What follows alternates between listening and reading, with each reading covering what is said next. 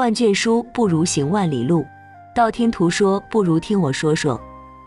大家好，这里是道听途说，分享不同的故事，希望能给您带来收获。通达县的底春耕是个算命的，稍微懂一点肤浅的道学，平日里靠替人算命为生。因为他的道学也并不是很精，占卜起来不是很灵，所以他的生意也不是很好，生意是时有时没有的。为了扭转自己的生意，底春耕便经常向别人吹嘘他是非常有名的道士，梅姨道长的徒弟，他甚至还能够与鬼神交谈。可惜人们根本就不关心底春耕到底是谁的什么徒弟，而只关心底春耕算命算得灵还是不灵。因此那底春耕的算命生意结果还是不行，日子过得很差。他的妻子何氏身体一直不好，因为他平日里是吃了上一顿饭还要担心下一顿饭，甚至因为他营养不良都不能怀孕。这一天的下午，底春耕正在无聊地在他的算命摊子前坐着，县府里的衙役迟海彪突然一瘸一拐地走过来，没有说话，他只是上下打量着底春耕。底春耕见状，吓得连忙站起来，问迟海彪有什么事。迟海彪说道：这位先生，县老爷有请啊。底春耕听罢，便紧张地跟着迟海彪来到了县衙，见到了管知县。管知县看了底春耕一眼，问道：听说你曾学过道学，是不是真的？底春耕以为管知县是找自己占卜，便连忙答道：回禀知县大人，小的跟随大师学习道教已有10年，能与鬼神交流，什么驱鬼和占卜等等一般都不成问题。管知县抬起头瞟了算命先生底春耕几眼，漫不经心地说：现在县衙里正好缺个捕头，你就来当这个捕头吧。这真的像是天上掉下来的大馅饼。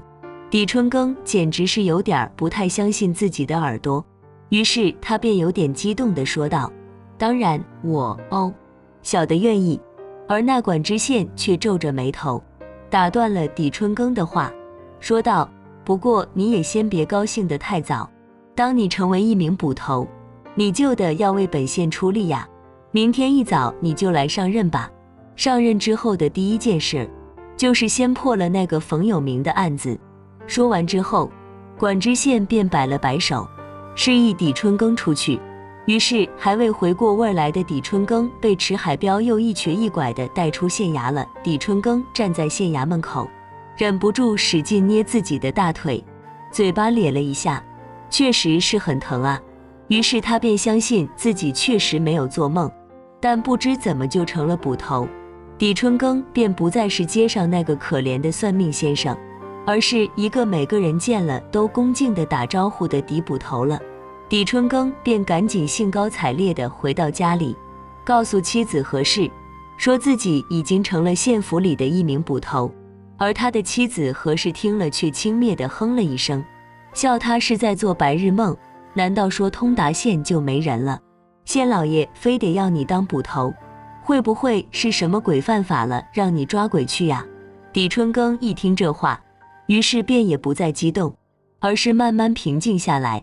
是啊，为什么县老爷要自己当捕头？真的是为了捉鬼吗？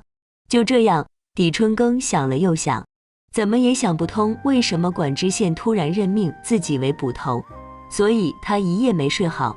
第二天的上午，底春耕便带着2个黑眼圈无精打采地来到县衙里。管知县有点厌恶地看了底春耕一眼，说道：原来衙门里的捕头冯有明死得很是离奇，先去看看尸体，了解一下情况。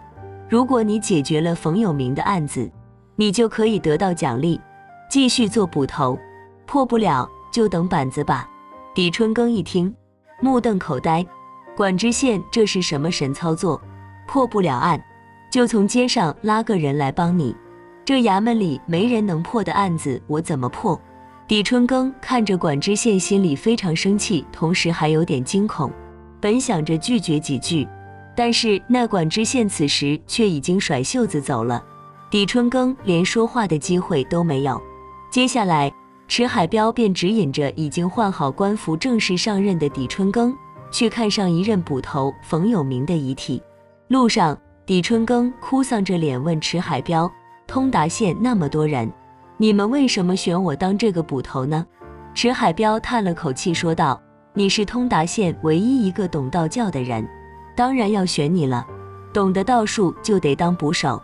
狄春耕苦笑着问池海彪：狄大捕头，不要问那么多问题了，一会儿等你看过冯有明的尸体就知道了。池海彪是一边说着一边加快了脚步，带着狄春耕进了停放尸体的屋子。停尸房里只有冯有明一个人的尸体。池海彪走上前去，揭开盖着冯有明尸体的白布。狄春耕鼓足勇气一看，只见那冯有明是眼睛闭着，嘴巴张着，皮肤苍白，并无异样。看到狄春耕一脸疑惑地看着自己，池海彪便拉下了整块白布，于是一个赤裸的身体便出现在了狄春耕面前。狄春耕不禁是倒抽了一口冷气，他看到冯有明的小腹上有一个不大不小的血洞，而他的子孙根子和子孙代子却都已经不见了。谁和冯有明有这么大的仇恨呢？这时狄春耕吃惊地说道：要说对冯有明怀恨在心的是他自己，实在令人难以置信呀。池海彪叹了口气：为什么这么说？不，他是不是把自己砍成太监了？狄春耕瞪大了双眼，确切地说：不是割的，是咬的。池海彪说：我们找到他的时候，他的头紧紧地夹在两腿之间，嘴里塞着他的子孙根子和子孙代子。但是当我们试图拿走他的时候，他嘴里的东西，他自己却嚼了起来，并且还吞下了它。同时他竟然还奇怪地笑着，然后他就死了。狄春耕听后不禁张大嘴巴，一脸的难以置信，怎么会有这种事？池海彪点点头，继续说道：冯有明的死确实很复杂。当天晚上，他一个人离开了县衙，一晚上都没有他的踪影。等到天亮了之后，是一个乞丐来告诉我们的，我们便在一个破庙里找到了他。现在我知道为什么管知县要我做捕头了。狄春耕突然说道：知县大人一定认为冯有明之死与鬼神有关，所以才会如此。池海彪苦笑着打断了狄春耕的话：别怪我呀，狄捕头，事实上是我推荐你做了捕头。冯有明死了以后，管知县要提拔我做捕头，负责冯有明的案子，但是查了好多天，一点线索都没有，我每天都被打，我真的是别无选择呀。说着，池海彪便惭愧地低下了头。狄春耕看着池海彪有点无语，不禁心想：我懂道教，但我知道的也仅仅是一点皮毛而已呀。这一点那个池海彪却没有动脑子去想，如果他有高深的道术，怎么还会一天到晚生意少，穷得叮当响呢？看完了冯有明的尸体之后，狄春耕和池海彪回到衙门。管知县冷声地问狄春耕：冯有明是不是被谋杀的？对于破这个案子你有把握吗？看着管知县威严的样子，听着管知县严厉的语气，狄春耕那已经到了嗓子眼的没把握，我要辞职，不禁又默默咽下去了。他结结巴巴地回答：我是有点确定。那太好了，希望狄捕头能早日破案。还有半个月，上头就会派人到我们县来打听冯有明的案子，到时候如果冯有明的命案还没有告破，造成恶劣影响，县里也就只能拿你是问了。管知县板着个脸说道。啊，狄春耕的脸色是更白了，看着狄春耕愁眉苦脸的样子，管知县的心里也是非常的烦，想那冯有明可是他的顶头上司冯知府的亲戚呀。通常情况下，管知县对待冯有明可都是出于他的堂叔冯知府的面子而客气一些的，没想到冯有明却突然就失去了生命，而且死的还是如此离奇。管知县对此事也真的是无可奈何，他对冯有明有些了解，冯有明的离奇命案不容易破，其实他根本也不想破，他只是想让人们知道他并不是没有破案，只是破不了罢了。他想让别人认为，为了解决冯有明的案子，他真的尽了全力，不但宣布谁去破案，还赏多少多少两银子，就连算命的也升为捕手，天天催着，既然下了这么大的力度还不能破案，那就是冯有明的命啊。当然，如果案子破不了，冯知府自然会不高兴，可是冯知府无论怎么拿那个迟海标去发泄心中的怒气，管知县是自然也不管的了。就算一个平白无奇的算命先生被那冯知府打死了，也没什么大不了的。受到管知县的威胁，狄春耕便丝毫不敢掉以轻心，强忍着恐惧又去看了一遍尸体，还让迟海标把冯有明的情况详细说了一遍。迟海标告诉狄春耕，冯有明不是通达县人，他以前是江州的捕头，半年前才来到通达当捕头。那冯有明他到底是怎么了？有没有仇人呢？狄春耕问道。冯有明平日里为人和气，很仗义疏财，他愿意帮助衙门里有困难的人，所以每个人都认为他是个好人。而且他已经在通达县隐居了半年，很少与人交往，应该不会与人树敌。但我不知道他来通达县之前有没有仇人。迟海标如实回答。那冯有明为什么会来通达县？他的家也来通达县了吗？狄春耕皱着眉头，又问道。我不知道冯有明为什么来通达县，但我知道他是一个人来通达县的。迟海标说。迟海标又想了一想，然后接着说道，知县大人应该知道冯有明为什么会来到通达县。狄捕头你可以问他。当听到要他问管知县的时候，狄春耕不由自主地把头缩了回去，但为了不被打，狄春耕还是硬着头皮去找了管知县。管知县有点意外地看了狄春耕一眼，命书办给狄春耕看了关于冯有明案子的全部卷宗。狄春耕仔细看了看，了解到冯有明今年24岁，妻子姓赵，因为赵氏从未生出过一男半女给他，所以他便又娶了一个姓连的小妾。在江州任捕头时，冯有明也是尽职尽责的，辅佐着冯知府管理江州。只是因为冯知府是冯有明的堂叔，而且他是怕别人说闲话，冯有明才来到通达县当捕头。看完了那份卷宗，狄春耕觉得有些奇怪，那让冯有明到通达县任捕头的理由是不是有点太敷衍了？里面是不是藏着什么不可告人的东西？狄春耕于是鼓起勇气，又问了管知县几句，还透露了要去江州府查冯有明的想法。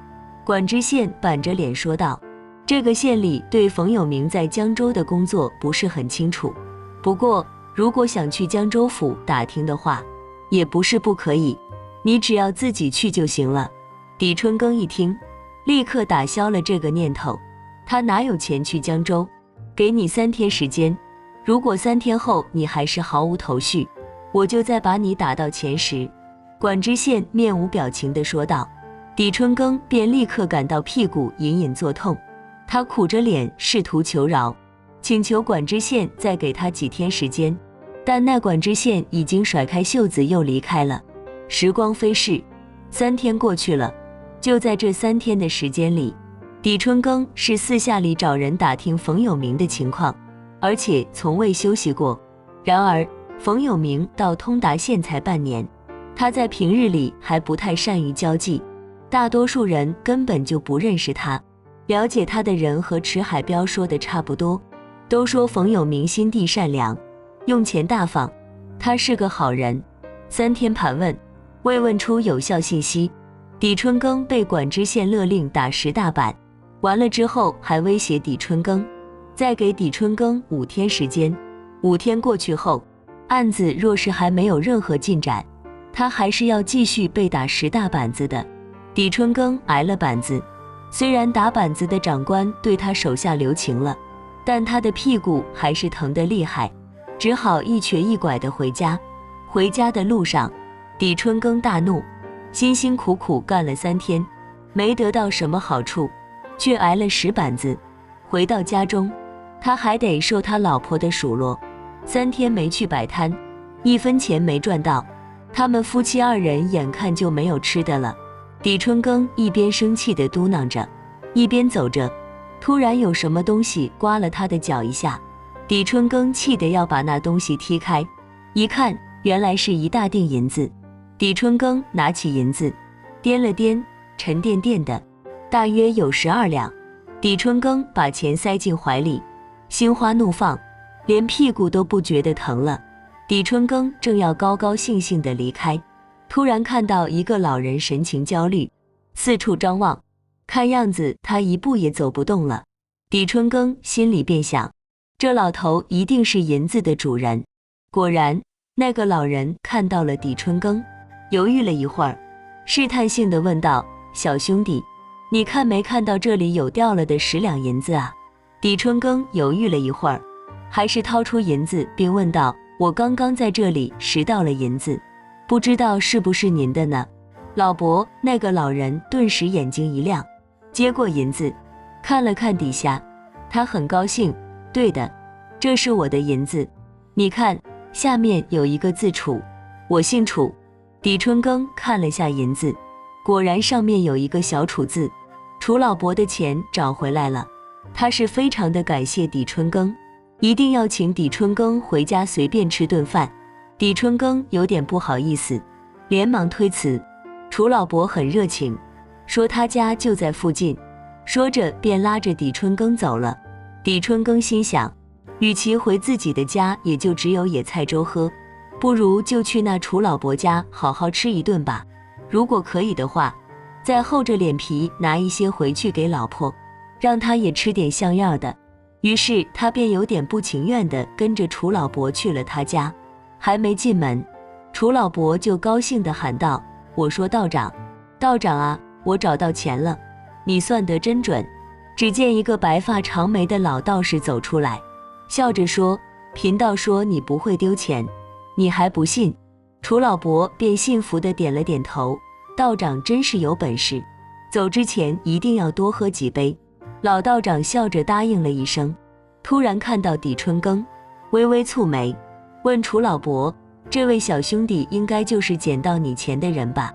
楚老伯拍了拍李春耕的肩膀，调侃老道长：是啊，幸亏我遇到了他，不然道长就不准了。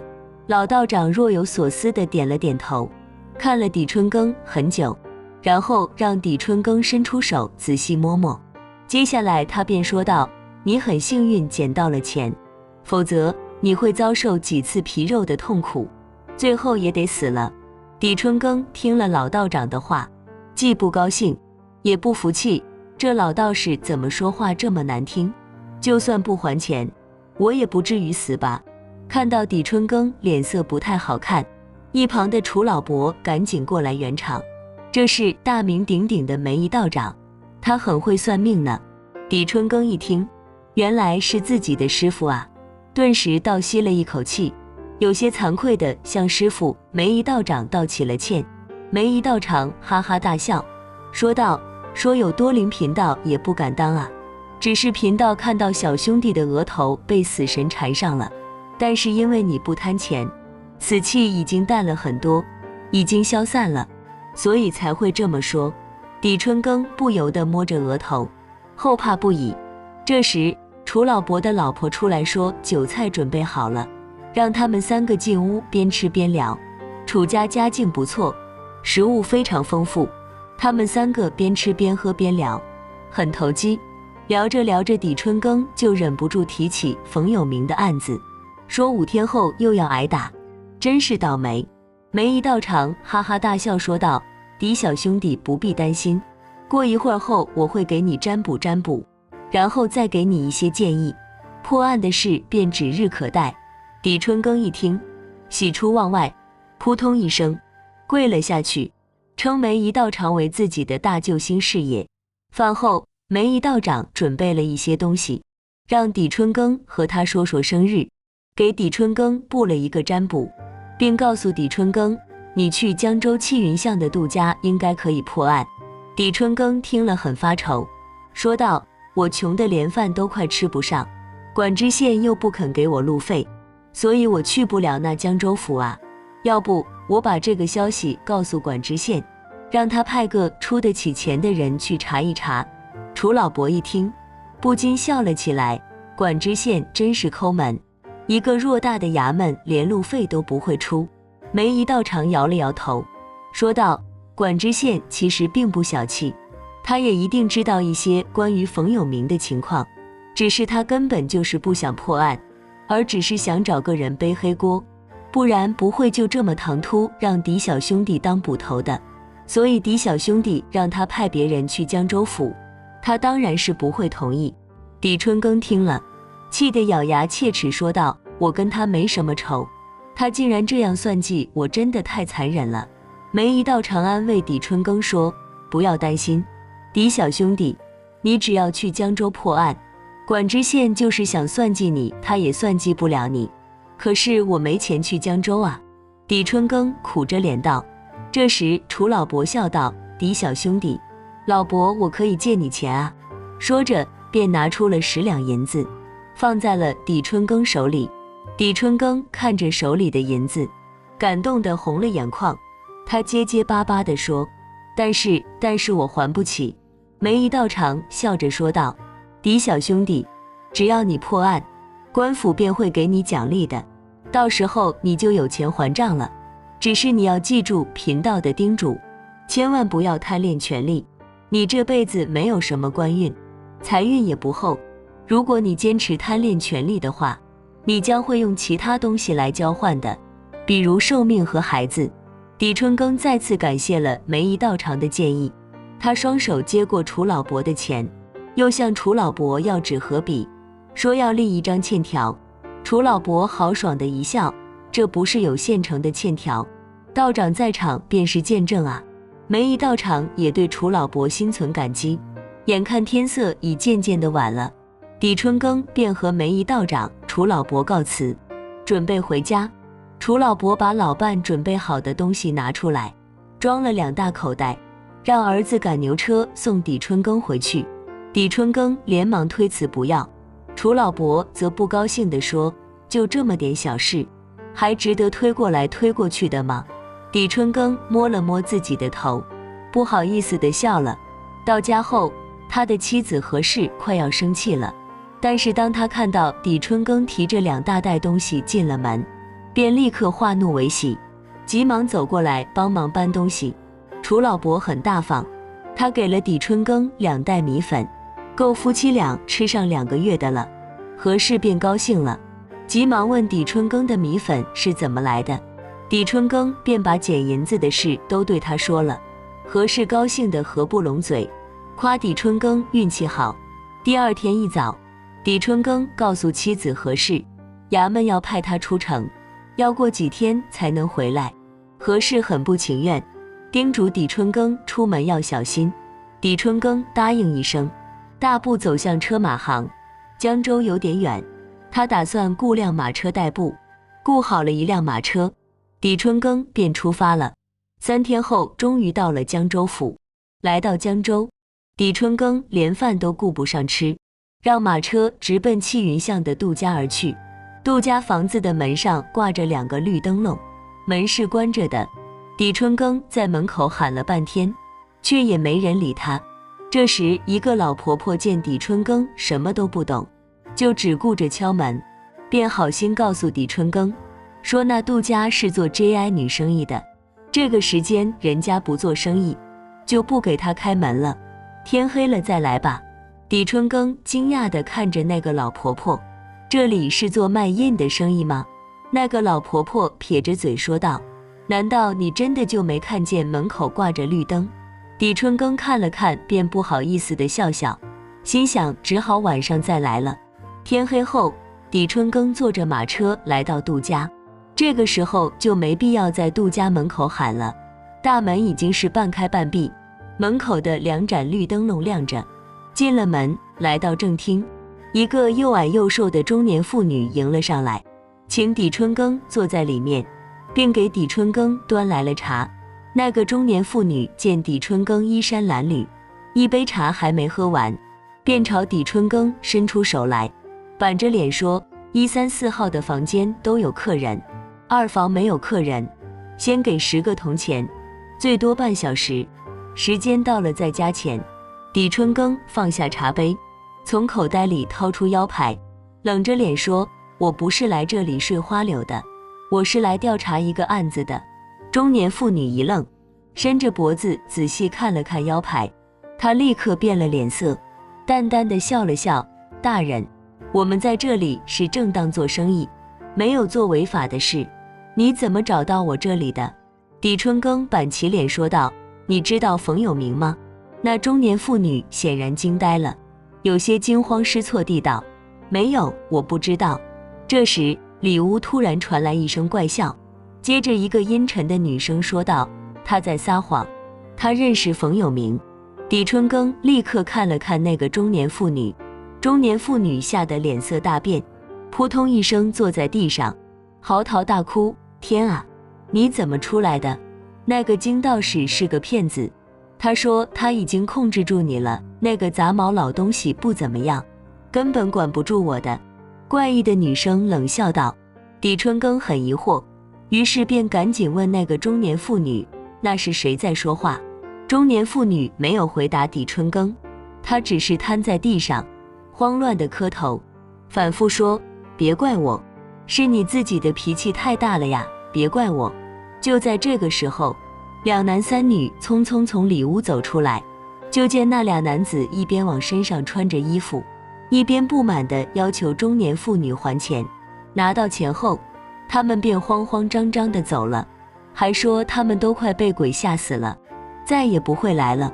而那3个女人紧跟在2个男人的后面，也一脸惊恐，对中年妇女说，彪妈妈，她来了，我们实在是害怕，不得不换地方。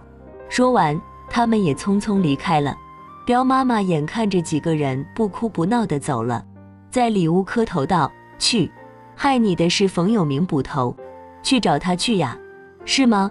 我的死你难道就没有责任吗？这时一个脸色苍白浑身是血的女鬼从里间慢慢飘出来，冷冷地看着彪妈妈。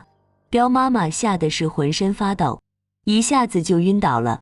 这时李春耕已经大概知道是怎么回事了，于是便鼓足勇气问那个女鬼，你叫什么名字？